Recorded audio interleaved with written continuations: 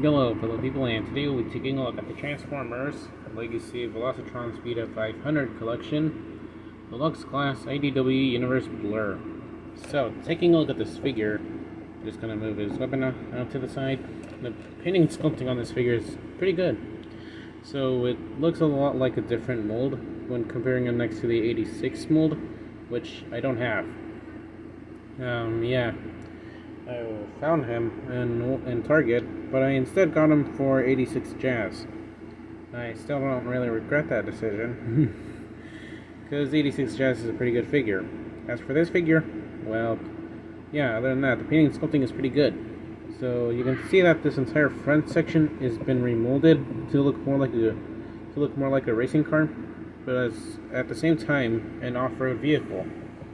You can see that he has thrusters. And the back has also been remolded, with them adding light with a metallic blue screws, which are fake, as well as the shoulders. Yeah. So it comes with two accessories, that being the same ones from the 86 mold, that being this welder, I think, and his rifle. You can plug these onto the bottom via the tab that's on the front section, and there you go. There we have it, all stored. So his wheels are kind of useless, not really. So here's how much of the vehicle mode is touching the ground. And here's the tire. Here's the wheel. Now, not only is it fake, but it's not even touching the ground at all. So he practically slides. And if you're worried about paint chipping, this is the only part that actually touches the ground. The rest doesn't really touch anything. And even if it did, it's mostly unpainted, like the feet and this part. So, size comparison time, shall we? Here we have right next to the Piggy Duo. Bringing him in here. We have that. Here we have right next to Battle Class Shockwave. Neat comparison, and my dog is barking in the background. Here we am compared next to Stormcloud and Whisper. Compared next to Legacy Iguanas. Back. Here we am compared next to Legacy Roadhauler, and be right back. And whoops. Here we am compared next to Legacy Dragstrip. And I actually think this comparison is actually pretty cool. Now then, transformation. So it's pretty simple, and I'm going to raise this camera, this phone up a bit. Be right back. Okay, so it's pretty simple. So you're going to have to untab the arm sections from the torso. There you have that. And then you just untab the feet from the sides of the torso, just like that. Bring this seat down, rotate the entire window section, and you bring in this front section to the back, but not yet. Now then, you can finally bring the arms inside of the torso, and they don't really connect. Rotate the front part, and you take out the hands. Actually, fold them backwards, like that. Okay, and we're halfway done. Untab the legs so that they open up. Rotate them downwards.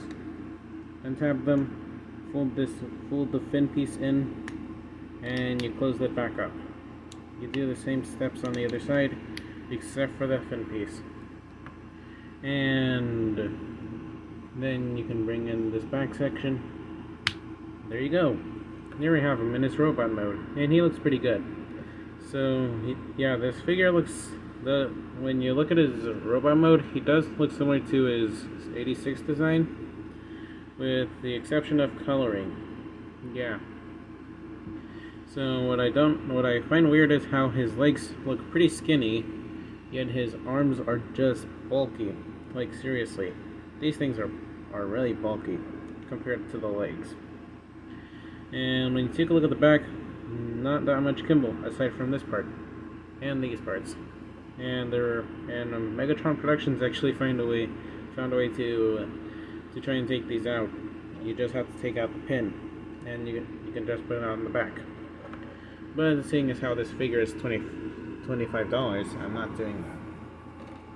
So you can incorporate the weapons in, and you can just plug them onto his hands, like that. Or you could plug them onto the back, and I don't think this was even shown in the instructions. I forgot. So what I would pretty much like to do is I would usually like to bring the gun over here, just like that. Then you can just bring in this part, and you just plug that in there. And there you go. Not the greatest weapon storage, but it gets the job done. And yeah, I'm not really a fan of the welding weapon, of the welding tool, because it does not make sense when it's being used by this ring mold. Or you could actually just do this. Yeah. So yeah, let's do some visibility now, shall we? Also, my only problems with this is probably that he has a neck. Like, seriously, look, you can see that he has a neck, as well as how loose his legs are. But I just came to accept that that's probably going to happen in Legacy figures. So he has a ball joint at the head. He cannot really look up that far due to his neck, but he can look down. He can do a full 360 at the arms. They can spread out that far, and they're on ratcheted joints when you're trying to do a full 360. A swivel at the forearm, a wrist swivel if you... Okay, not a really a wrist swivel. And 90-degree elbow bend, no backwards bend. And you can basically pretend that he just formed a saw blade. A waist swivel. You can kick that far and back that far. And he has a thigh swivel. Yeah, he does. Yes, his leg can bend at 90 degrees. And if you untap this section, hold on. If you don't get any visibility out of it aside from the backwards bend. Anyways, so his feet can rotate that much, and they're on a pivot, and it's not really that much, which is surprising and ironic. He can do a split, sort of. And yeah, that's all his visibility. Now the visibility isn't that bad, though you can't really get some decent visibility out of it, like some figures, like Bulkhead or Holler. So yeah, let's do some size comparisons, shall we? Here I am next to the Piggy Duo. Hold on. Here we are next to them. Here we are next to, gosh dang it, I only fell. Battle Class Shockwave. Here we are next to Legacy Drag Strip. Here we are next to Road Hauler. And here we are next to 86 Jazz. And there you go. So my overall final thoughts on this figure, he's pretty good. I give his Robo mode an 8 out of 10 and his vehicle mode an 8 out of 10 as well. Or more of a 7.9 due to the wheel issue. So yeah, this is a pretty good interpretation of the IDW design. And seeing as how this figure is somewhat G1ified, I'm betting you that if that rumored Legacy Torn is real, I'm betting you that's going to be G1ified. There is no escape to that. So this is basically it for this short video, and I'll see you guys. Oh yeah, I forgot. I apologize for this. The packaging. So you can see that it has no window, like always, but it's protected by paper straps. Why would you do that? Is beyond me. You can see Blurr You can see the renders of his vehicle mode. You can see the title of the subline. You can see some character art, and the side of the character art, and you can see some renders, which might not be accurate.